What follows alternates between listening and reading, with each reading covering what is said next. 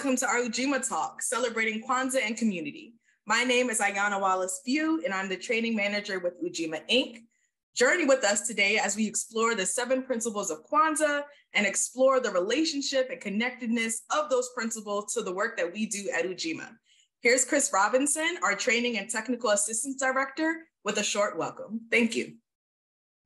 Hello, and welcome to Ujima Incorporated, the National Center on Violence Against Women in the Black Community's first Kwanzaa celebration. We are so glad you could join us today as we celebrate this Kwanzaa holiday specific to the Black community, and as we honor our ancestors and celebrate our present. Relax, zoom in, and tune in to this beautiful experience. Peace and blessing. Thank you so much, Chris. I now have the pleasure of introducing and welcoming Umi Hankins, one of our mothers in the movement, as she leads us through a grounding practice in which she centers the practices of mindful meditation and the cultural practice of offering libations as thanks. Umi Hankins has nearly 50 years of leadership experience in the anti-violence against women field. Over her career, she has sought to empower and uplift the status of women and girls. Currently, Umi is the training director of the Michigan Department of Health and Human Services, Division of Victim Services. Additionally, she co-founded and is the executive director of the National Institute of Transformation and Healing, where she provides consulting services to organizations, systems, and individuals locally, nationally, and internationally.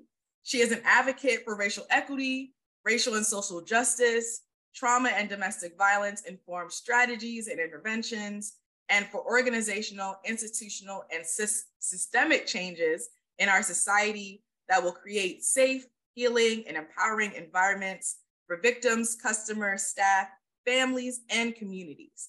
Thank you again, Umi, for joining us today. Please begin your practice.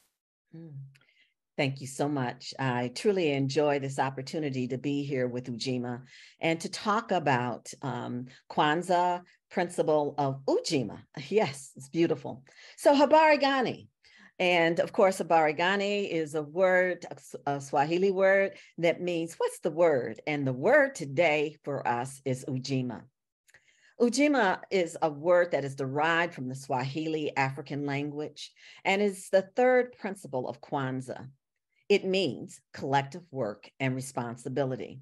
Within the context of that, Ujima emphasizes that we must not only build and maintain our communities together but we must also make our brothers and our sisters' problems our problems. And we must also, in addition to that, find ways to solve our challenges together. During the week of Kwanzaa, on December 28th of each year, this principle is highlighted so that we may have an opportunity to collectively center our intentions and to reinforce this principle as a growing cultural belief in families and communities of African descent. Ujima honors a commitment to active and informed togetherness on matters of common interest. During the week of Kwanzaa, on December 28th of each year, this principle is highlighted so that we may have the opportunity to collectively center our intentions and to reinforce this principle as a growing cultural belief in families and communities of African descent. Ujima honors a commitment to active and informed togetherness on matters of common interest. The Ujima principle teaches each family member to recognize that their own well-being is derived from their family and community's well-being. Therefore, we must be concerned with the overall health of our family and community, and that the lives of each family member and that of our communities are bound together. Individually, we all have a responsibility to carry the collective weight of not only our joys, but also our tribulations. We know that around holidays and really every day of the year, we are looking for the joys of life, but that's not all that exists. We also have many tribulations. Today, we want to take a brief opportunity for we, the Black people of the African diaspora, to come together to hold certain truths to be self-evident. evident. We want and need to be intentional in our understanding that race is an artificial social construct that was developed for the purpose of holding down a racial group of people, for the purpose of elevating a different racial group. Out of our historical oppressive experiences of not only enslavement and colonization, but also of perseverance and joy, there have been many milestones and lessons. We have framed our beliefs, and we sometimes think that these beliefs are being a part of our culture. Now, the old way of thinking about culture is that it's based on beliefs and traditions that are passed down from generation to generation, and that our culture never changes. But culture evolves, as it should. When we are intentional, we must be reflective and therefore contextualize how it comes about that we have certain beliefs. Where we have beliefs that are not supportive of serving, of our having lives full of justice, liberty, and happiness, then we must interrogate those beliefs and elevate our real truths to create a foundation for future generations to come. I think that as Dr. Karinga created the 7 principles of Kwanzaa, he understood that some of our beliefs were rooted in the internalized oppression that we have suffered, that we, the Black people of African diaspora, are building our lives and our families and our communities based on and through a lens of oppressive strategies intended to ensure our destruction and someone else's superiority over us. So instead of seeing ourselves as seeing ourselves and also as being seen by others, as we sometimes say, crabs in the barrel, or that we can't trust each other, or that we're aggressive and we're violent and that we're hypersexual. Instead of doing that, we must look at the conditions and environments that perpetuated these stereotypes. And you know what? We got to flip that script. So we have to establish foundational principles based on trust, love, collaboration, and unity. We do this when we understand that my brothers and sisters' problems are my problems, and that we must solve them together, and we must work collectively and be responsible to each other. We, the Black people of the African diaspora, deserve and must demand justice, liberation, happiness, and well-being. This starts with us, our communities. This starts with we, the Black people of the African diaspora. It starts with our resiliency and how we work together, how we love and support each other, how we stand up for our, what we call universal brothers and sisters, or as we say on the block or in the hood, you know, we are responsible for all of our cousins. Moreover, the principles of Ujima support the fundamental assumption that we identify as being of Black African descent, but our Blackness also sets a course for our destiny, our consciousness, sets a course for our reliability, our obligations, our duties, and our accountability. It sets a course for our responsibilities. So I want to say to you today, Habari Gani? And the answer is Ujima.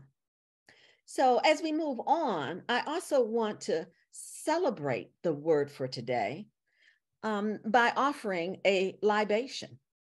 During our libation today, I will pour water as an offering to the universe and in memory of our ancestors on whose shoulders we stand.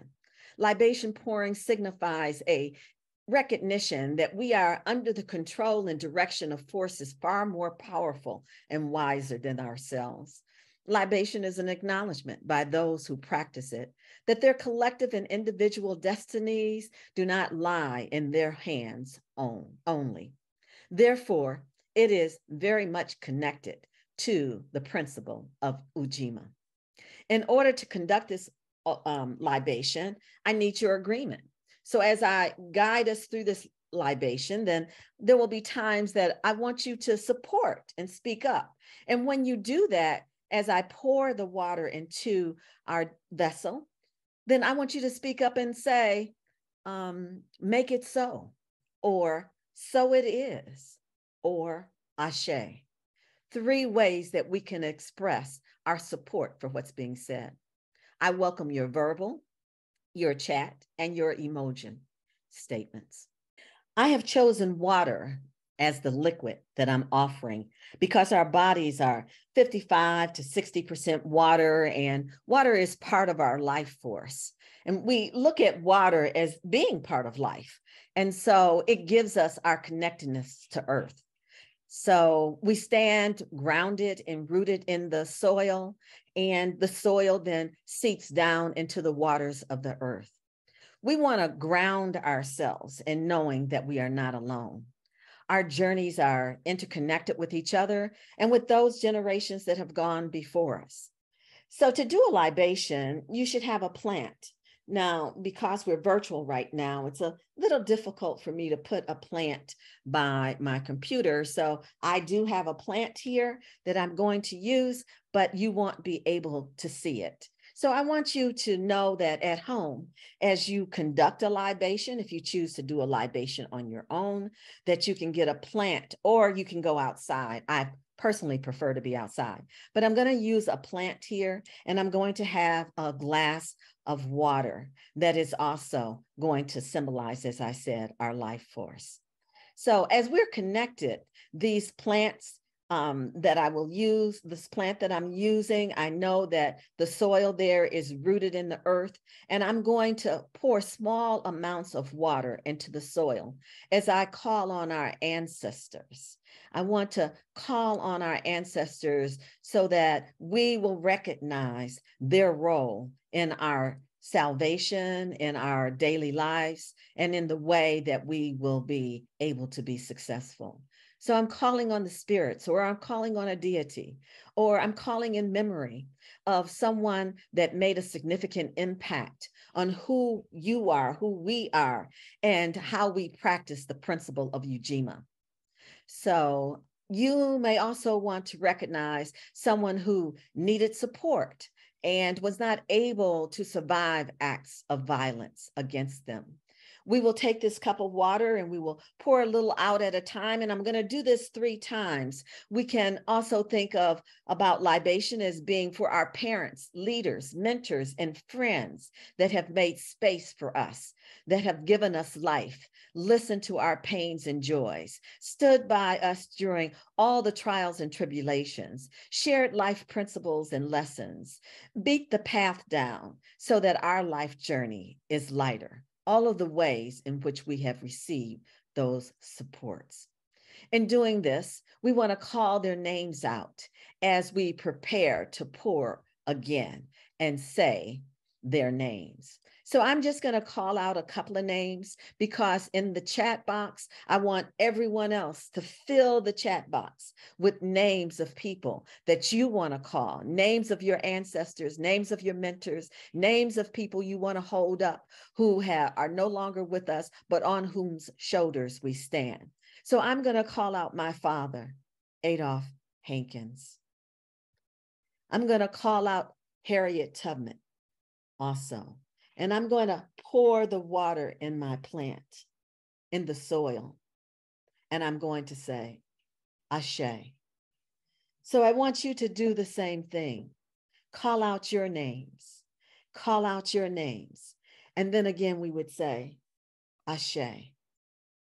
Continue to call out your names and think and center on all of those people who have stood for you and by you and have passed on, who are of our former generations throughout our histories, and say, Ashe. Next, I'm going to pour a libation to recognize all of us here today as we continue to develop and embrace our love and trust for each other. We want to become more trustworthy and more responsible for each other in our communities, moving towards our commitment to our collective work that must be done. This is for the work that we are doing today, and for those who are supporting us with resources, their time, their talents, and also for our families that understand our commitment to not only be there for their well-being, but also the safety, justice, and liberation of all Black and people of African descent. So as I pour for all of them today, all of you today, all of us out there, I'm going to pour and say, Ashe.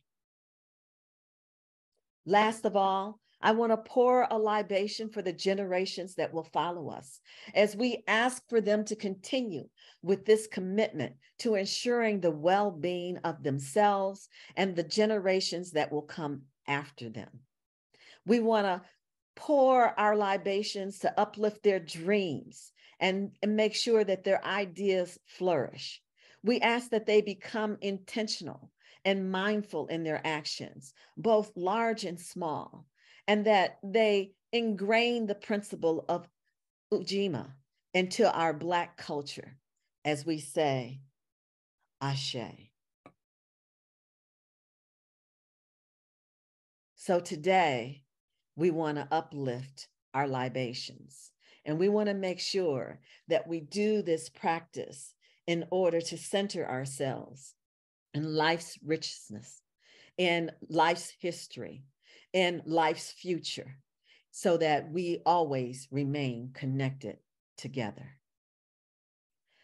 Last of all, I want to do a meditation for us before we close, because fundamentally to our practice that we have in working in our communities, we have to understand that there's so much trauma that we have suffered, so much love and happiness, but also so much unattended to trauma that we've suffered from.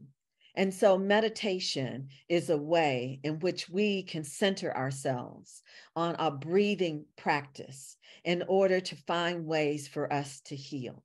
It's a practice of breathing.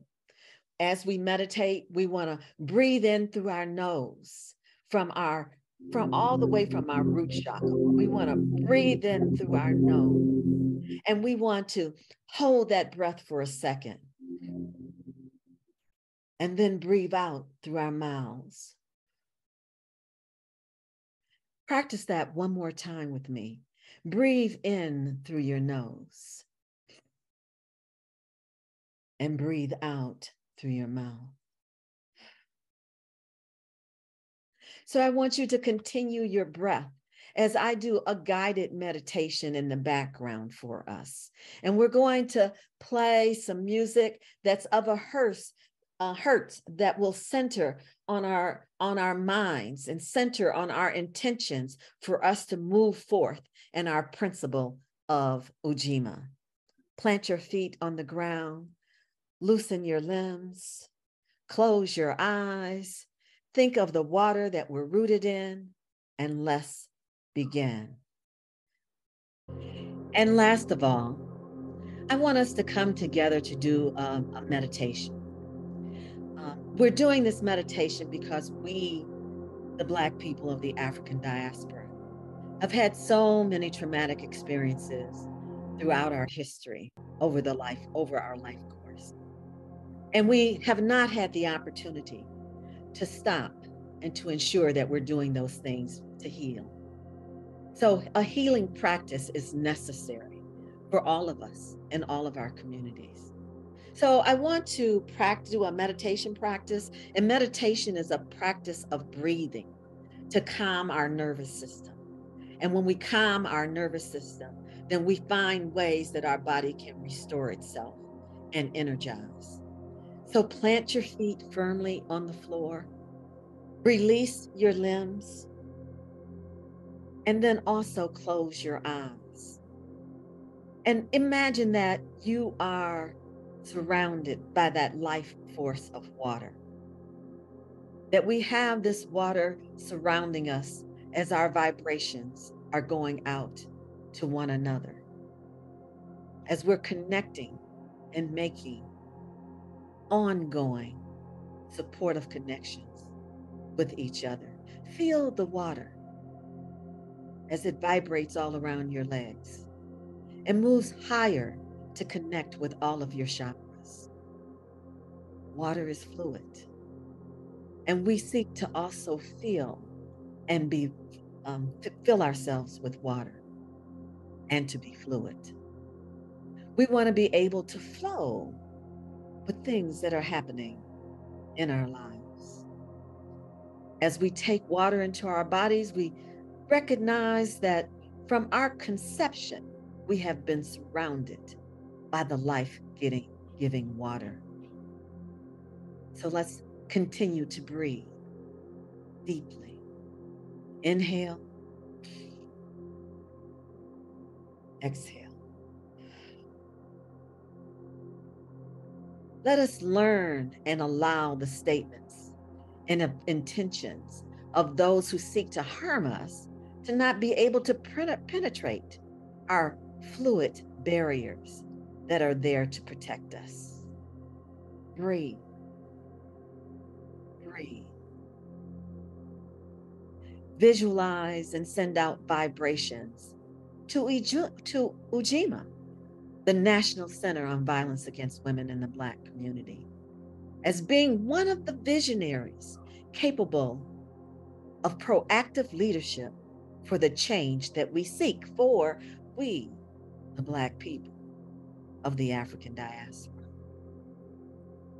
Know that we have the power to free ourselves from the mindset of enslavement and colonization. We can release the chains of the past that we have held us and prohibited us from the liberation and appreciation that we deserve. When we help someone else, we are helping ourselves.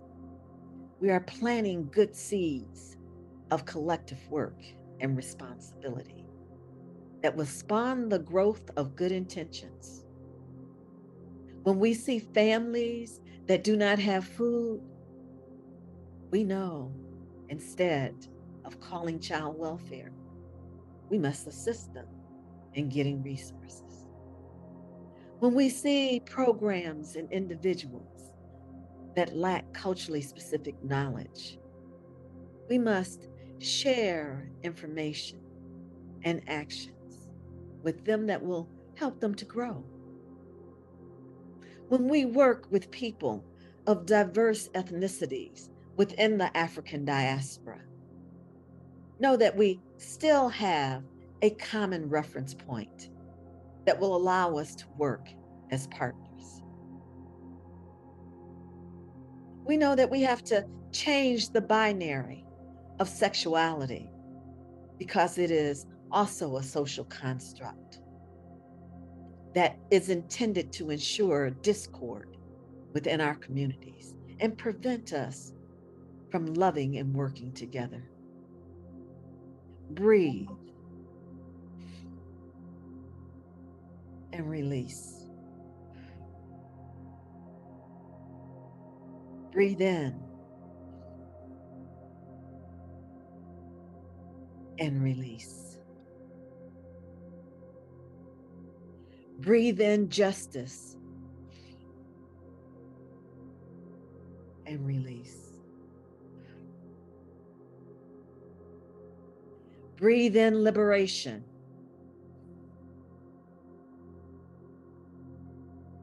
and release. Breathe in happiness and release.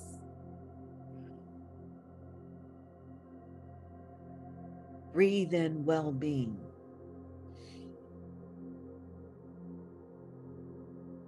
and release.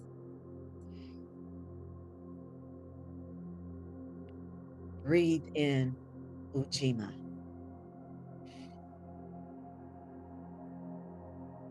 and release.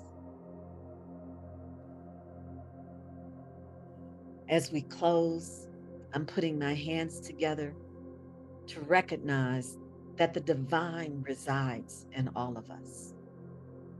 Namaste. A Litany for Survival by Audre Lorde.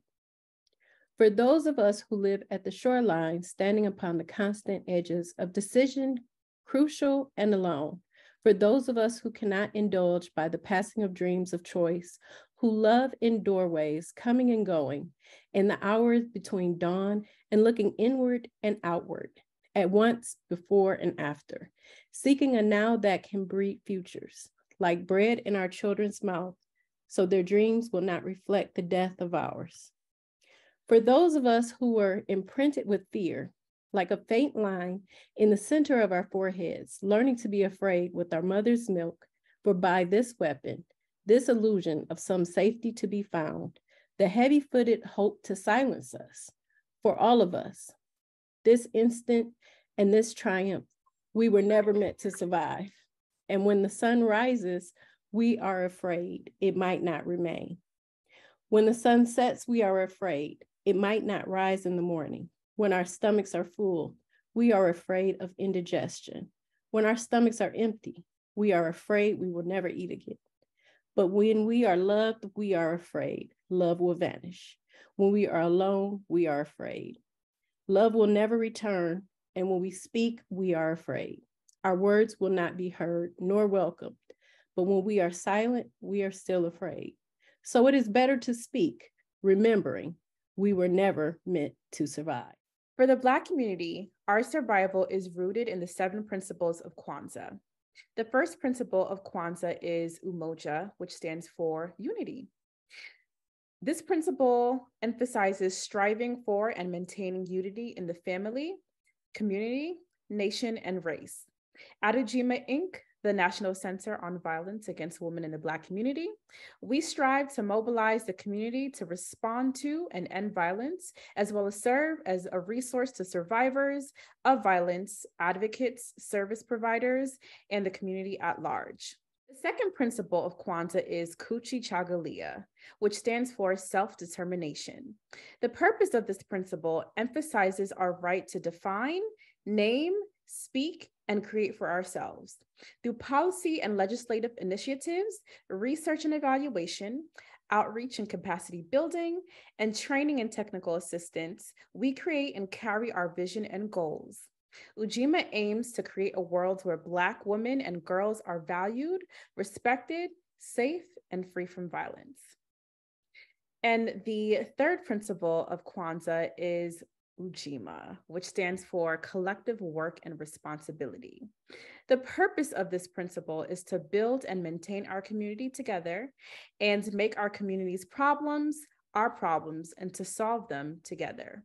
Our mission at Ujima, the National Center on Violence Against Women in the Black community, is to mobilize the community to respond to and end domestic violence, sexual and community violence in the Black community.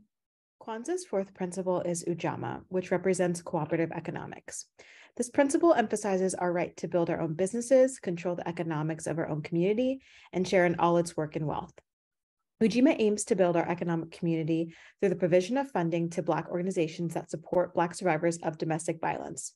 Through the $5.2 million in funding provided by the United States Department of Health and Human Services and the American Rescue Plan grant, Ujima is able to increase culturally specific program access to services and reduce COVID-19 risk and exposure.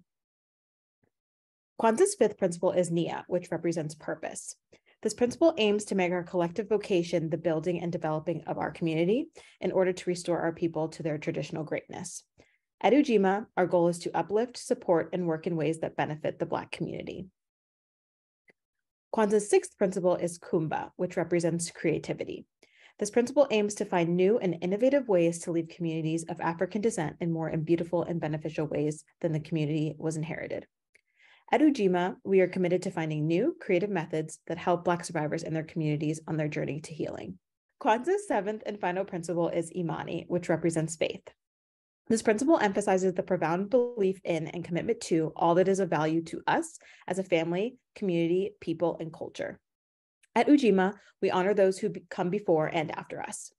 We want to recognize the founding of the Institute on Domestic Violence in the African American community. Ujima is because IDVAC was. Their leadership has crossed generations and their legacy lives on in Ujima's work today. And as Miranda just said, for the Black community, storytelling is a way that we honor those who came before us and those who've gone unnamed. I'd like to now introduce our griot storyteller for today, Yolanda Gauthier. Yolanda Gautier is a social worker dedicated to ending violence against women and children, dedicated to working to protect, uplift, and ensure their safety, and to the development of women of color leadership. Having worked in areas of intimate partner violence, sexual assault, child protection, senior health and diversity, equity, and inclusion, long before DEI became a latest buzzword, it is important to see that services provided reflect the needs of the people receiving those services, that organizations are mindful and intentional when creating service delivery for individuals and the community. Yolanda Gautier is a meeting facilitator providing services for Ujima Inc., the California Coalition Against Sexual Assault, Sisters of Color Ending Sexual Assault, the Office on Violence Against Women, and the National Women of Color Network. Amongst her greatest achievements are her son, Akil Houston, PhD, his wife, Janaea, and two granddaughters, Lauren and Naima. Yolanda, please tell us your story. All right. Thank you so much. As you know, story is our way of learning in our community. As we never want to publicly embarrass anyone, we make sure that we have a fable or a parable or a story to share. So I've taken some creative license in a story that some of us may have heard when we were much younger. So once in a land, not so far away land, amid what appeared to be an equitable metropolis, lived Oko. As Oko looked around the neighborhood, they noticed that the nearest grocery store was miles away. Having no car or money for an Uber, the train, or the bus, they realized just how much of a food desert they lived in and how difficult it was to obtain what they needed for healthy living. So as Oko walked through the neighborhood, they noticed a vacant lot and thought, this would be a great place for a garden. Yeah, I could grow my own fruits and vegetables. We could get some healthy foods to eat. And maybe with some help from the community, together, we could clear the land, plant the seeds, water and take care of the weeds. We could change not only the look of this trashy vacant lot, but we could also feed our community.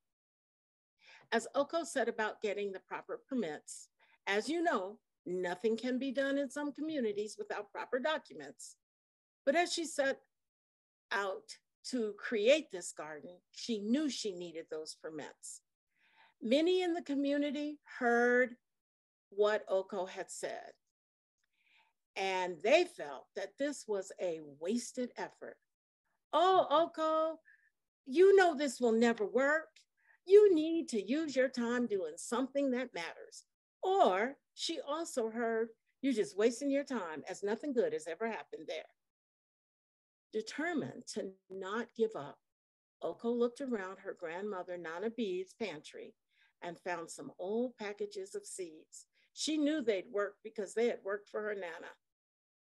She found some garden tools and a wheelbarrow. And she took these items to the vacant lot. Of course, she asked for help along the way. But those community cousins laughed, made snide remarks, told Oko, you just so stupid for wanting to change that plot of land. Remember, we told you nothing good ever happened there. But Oko persevered. As Oko cleared the land and planted the seeds, they asked for help from friends. Bankole, who was known to do more talking than work, said, oh, my friend, I am too busy thinking of things to say. Marimba said, oh, I am trying to create my music and I have no time to help you. And Nosy Noisy Eshu said, I am too busy having fun to help. Oko continued to work alone, realizing that with help, this task would have been easier. At each step of the way, the planting, the watering, the weeding, she asked, they all said no. Not I. Nope, no can do, no time to help. Oko finally realized, if this garden is to be, then it will be on me to get it growing. When it came time to do the harvest, Oko again asked for help, but everyone seemed to turn a deaf ear. The crops were many, and she needed help to get them home. But again, nobody was there to help. Once Oko arrived home, she decided to prepare a huge feast from the fruits and vegetables that had been grown. And again, she asked for help, but was quickly turned down. Once they prepared the feast, the smells of the great food emanated from their home.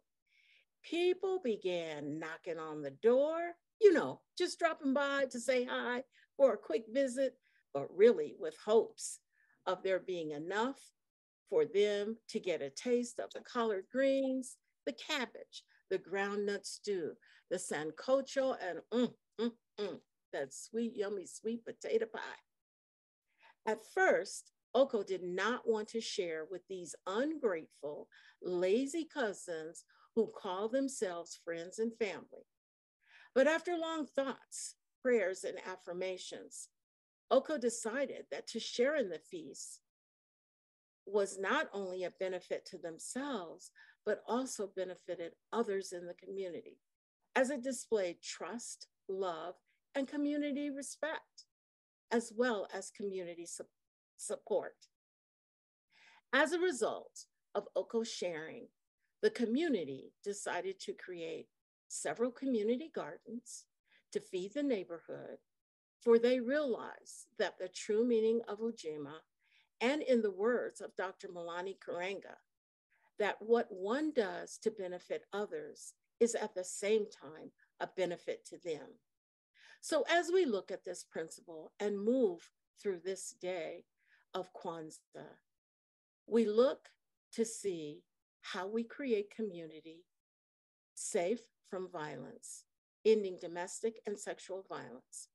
We also realize that it takes each of us working collectively and responsibly to see the change and to become the change that we want to have existing in our communities. And with that, our story is at an end. Thank you so much, Yolanda, for holding space and serving as our storyteller for today. Your message will certainly stay with us and really push us to thinking about community and connectedness much more. We now have a final word from our founder and CEO, Karma Kottman, followed by a vocal performance by Molly DeCoste. Thank you, Ayana. I'm Karma Kottman, Executive Director and CEO with Ujima, the National Center on Violence Against Women in the Black Community. And I am so excited to be with you today to celebrate Kwanzaa, specifically to talk about Ujima and how we came to be.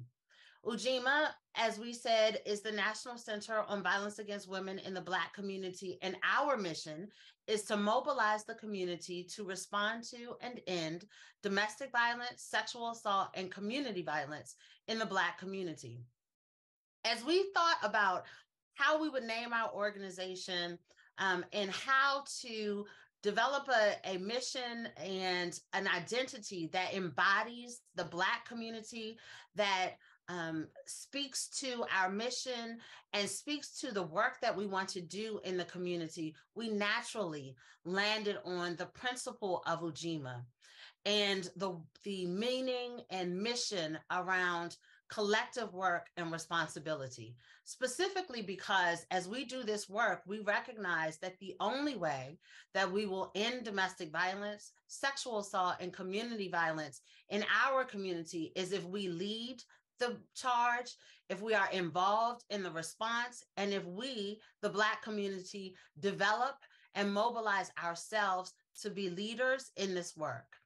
And so we are so excited because in 2022, we have had an incredible year. Our organization has grown.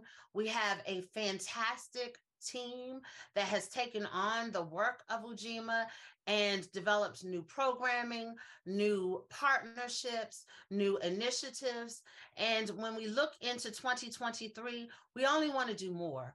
We want to be more responsive to our community. We want to be engaging survivors in new and different ways. We want to connect with our community. We want to create opportunities for in-person gatherings. It's been almost 3 years since we've been able to touch each other, to be in rooms with each other, to celebrate together. And so we want to, as we engage in and look forward to 2023, we want to create more opportunities for that. And lastly, we want to remain centered. The mission of Ujima is clear. The individuals who feed into Ujima are clear. But what we want to make sure is most clear is why and who we do this work for. And that is for first survivors of violence in our community, and then for our community as a whole. Everything that Ujima does reads back to and is responsive to the needs of our community. And so we want to make sure that we keep our community centered, that we are always lifting up the needs of Black women, girls, family, children, men, and boys. That is at the most important to us as Ujima. So you will hear more from us on a training front. You will hear more from us in ensuring that our policy work is responsive to our community. We will be engaging our research and evaluation work group to ensure that research is reflective of and led by us. And excitedly, we will be releasing new funds. We were able to, in 2022, fund new organizations to do the work, to invest in culturally specific organizations. And in 2023, we're looking forward to building on that and doing more of that work. So I'm just so excited to be with you today. I'm excited to look forward to 2023 with an open heart, with expansive eyes, and looking forward to being able to work more in community. Thank you so much for being with us. Birds flying high, you know how I feel. Sun in the sky, you know how I feel.